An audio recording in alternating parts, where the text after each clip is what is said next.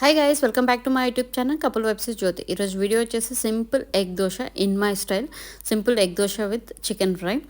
And first అయితే ఒక bowl తీసుకొని ఒక చిటికెడు పసుపు వేసుకొని కారం, ఉప్పు, చిటికెడు గరం మసాలా, ధనియాల పొడి, పెప్పర్ పౌడర్ ఇవన్నీ వేసుకొని బాగా మిక్స్ చేసుకోవాలి. బాగా మిక్స్ అవ్వడం కోసం నేను కొంచెం వాటర్ వేసుకున్నాను. మీకు ఒకవేళ వాటర్ ఇష్టం లేదంటే మిల్క్ వేసుకోవచ్చు, లేదు అది కూడా వద్దు అంటే డైరెక్ట్గా ఎగ్స్ వేసేసుకోండి.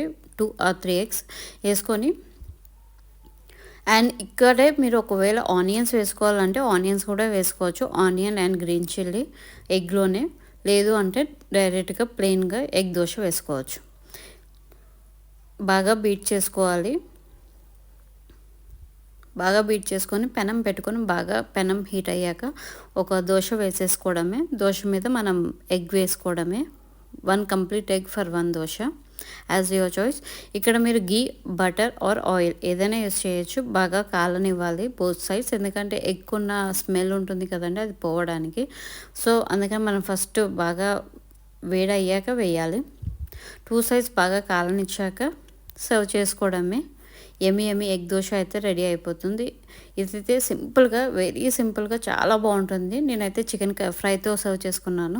అండ్ ఈ వీడియో నచ్చితే ప్లీజ్ డూ లైక్.